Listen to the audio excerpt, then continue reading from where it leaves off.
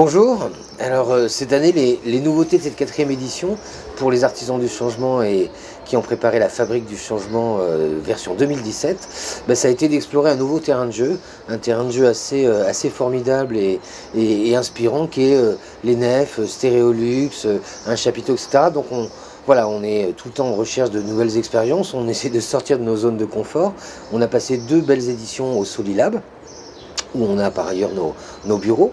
Et cette année, on a décidé d'investir les nefs, Stéréolux, Trampolino, de monter un chapiteau, un village de caravanes depuis lequel je vous parle.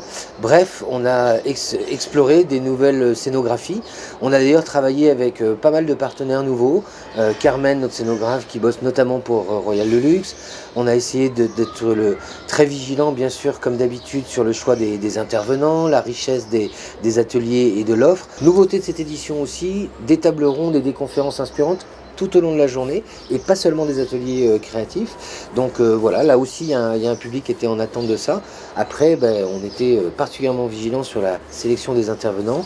On a eu vraiment de très très beaux intervenants à l'échelle française et internationale, parce qu'il y avait aussi Belge, Québec, et ça c'est vraiment chouette qu'ils aient eu envie de venir à Nantes pour participer et contribuer.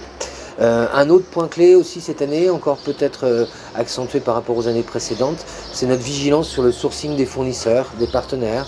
On ne communique pas beaucoup là-dessus, mais on fait vraiment attention, par exemple, surtout à ce que notre festival, parce qu'on est un peu dans un esprit festival, soit le plus propre possible.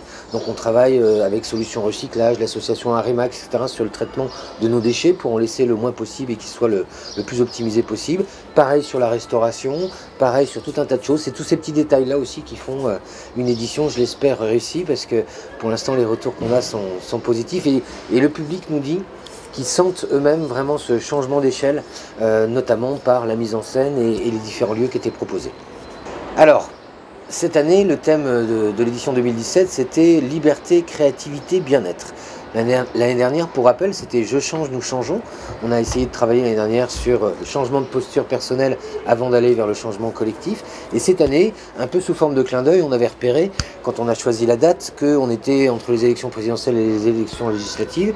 Et un peu sous forme de clin d'œil, on a proposé une nouvelle devise pour les entreprises: liberté, créativité, bien-être. Pourquoi? Parce qu'on est persuadé qu'en travaillant sur la libération des énergies et de la créativité des salariés, on favorise la créativité, que du fait de découvrir des méthodes de créativité et de libérer sa créativité, ça amène aussi du bien-être.